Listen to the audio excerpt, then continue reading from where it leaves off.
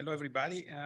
My name is Marco Angrisani. I'm going to give you a quick tour of the UAS website. So my job is to give you a brief overview of how to navigate the website. As Ari mentioned, we have accumulated a lot of data and it can be difficult to navigate the website and find the information that you want. Later on today, we are going to show you in great details things about specific data products and specific ways of accessing data. So this is going to be a brief introduction. This is the home page that you see if you go to uasdata.usc.edu. And I'm going to move directly to methodology. Before I talk about methodology and all the sections within that, I should mention an important aspect of the way we recruit respondents in the UAS. So recruitment happens in batches. So every couple of times per year, we recruit refresher samples. These samples typically target the entire population in the US, but sometimes they target specific subpopulations, for instance, Native Americans or Los Angeles County residents or California residents.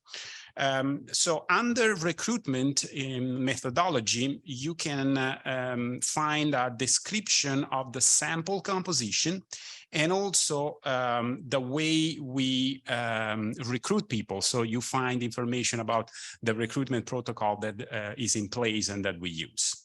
If you go to retention, you see instead the information about the protocol that is in place to keep people engaged and to recontact people who may have stopped answering surveys. The next thing I want to mention is response and attrition. In this section, you will find the complete list of all the recruitment batches we have so far. There are 33 of them. Now, for each batch, you get information of the type, what was the sampling frame? So if we look at the first recruitment batch, this was a nationally representative, which means the sampling frame was the entire list of addresses in the US. And you get information like how many people were contacted, in this case, about 10,000.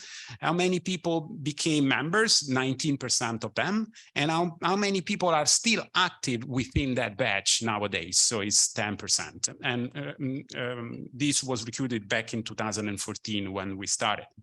For some batches, let me give you an example here, batch number 8.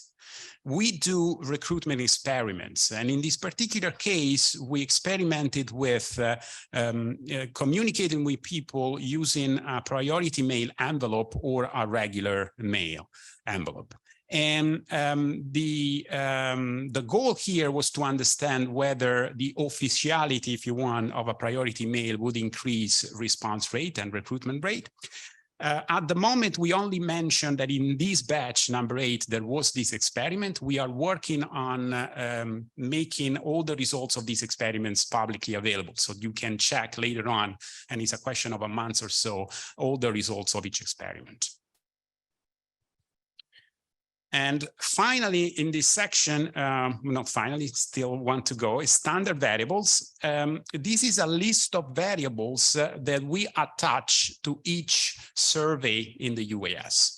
And there are two groups. The first group is default survey variables. Here you can find the individual identifier, the UAS ID, that you can use to merge surveys across data sets.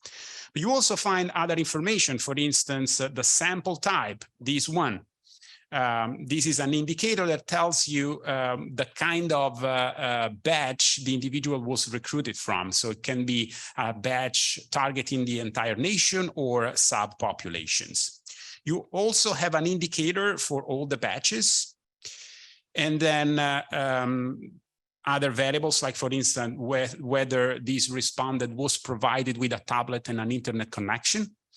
And of course, timestamps. These are incredibly important, especially in case of events. If you want to study survey behavior before and after a certain event, you can use the timestamp to do that, because it tells you when the survey was started and when the survey ended for each respondent.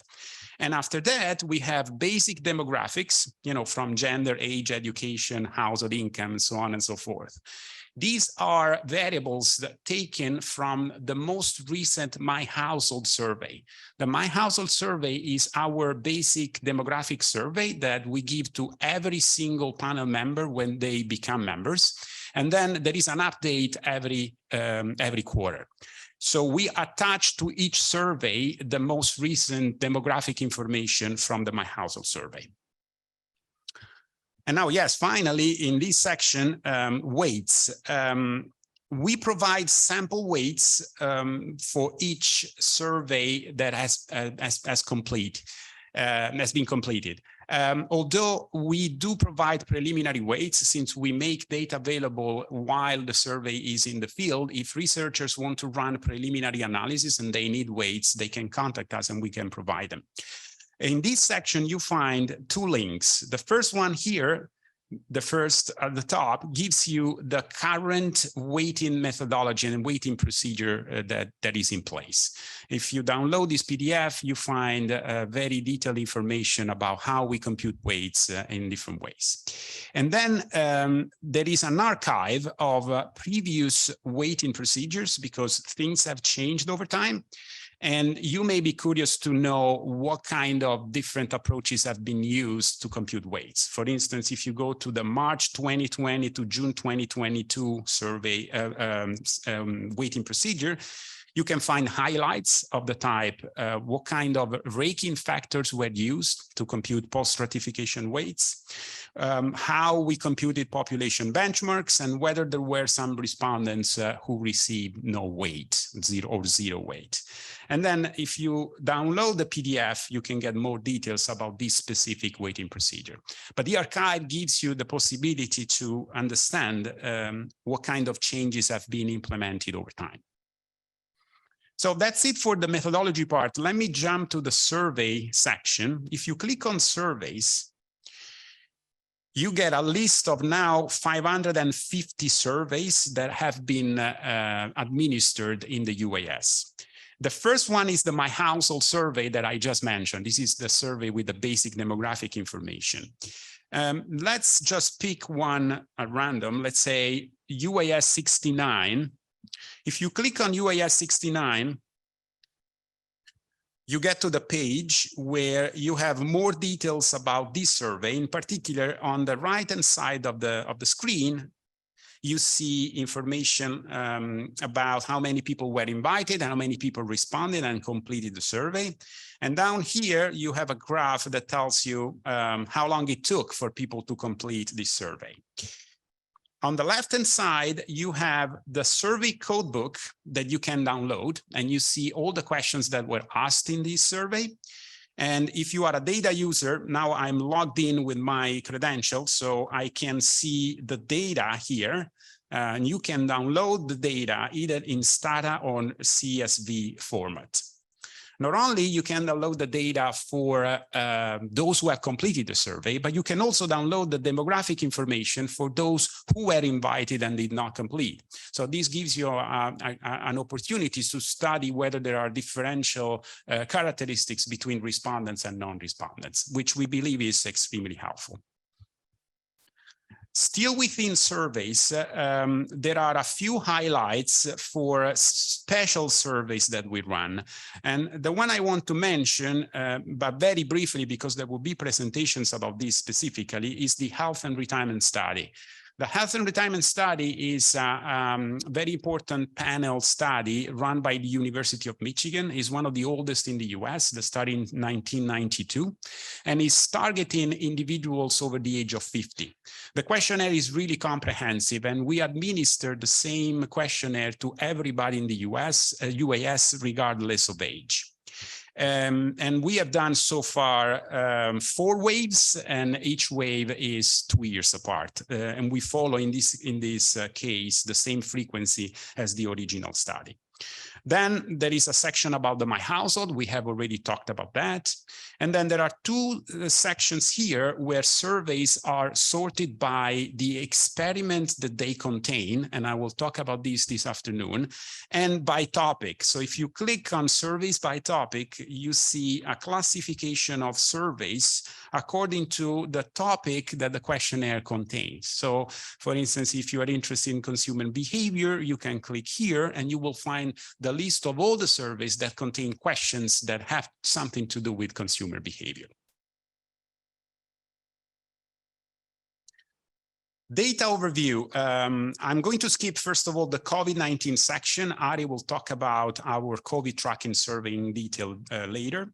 For data overview, I only want to focus on this classification of data products that we provide, because it's going to inform the presentation that will come after me. So we have four kinds of data products. Individual surveys are the surveys that I showed you before, this long list of 550 surveys. Then in terms of data products, what we define as data products are data sets that we put together for data users to have a much easier time in putting information together. And the best example is the comprehensive file that puts together all the HRS waves as well as other UAS core surveys. And Pancho will talk about this later. And we have the same kind of thing for the cognitive comprehensive file and EMA bursts. Then we have some special data sets about panel recruitment and participation.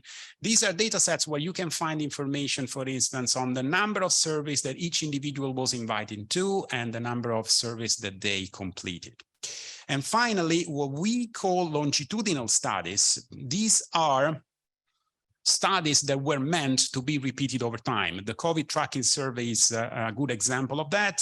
Others are, for instance, the LA barometer of the monthly events. So these are questionnaires that are administered to UAS respondents regularly over time. Quickly about the other sections, under publications, you can find a list of all academic papers and reports that have been written using UAS data. Under contact, you can contact us and you can find information about how to run a survey with us, and there will be more about this later. And finally, I want to show you just the search function. Suppose that you are interested in a specific topic and you want to know if there is any UAS survey that has tackled that topic in one way or the other. Well, let's say you want to look at risk aversion. And you type here risk aversion, then you press search, and you get the full list of UAS surveys where questions about risk aversions were asked. And then you can click on each one of them. Here is the list of variables within a specific survey. So you can download the survey data set if you want the full thing, or you can look just at this specific variable. And again, using the UAS identifiers, you can link and merge information across surveys to get a bigger data set or a richer data set, depending on whether you want more variables or not. That's all for me. I think I covered all the sections. As I say, this was supposed to be just an overview, but I hope it satisfies or probably increased your curiosity to visit the website. Thank you.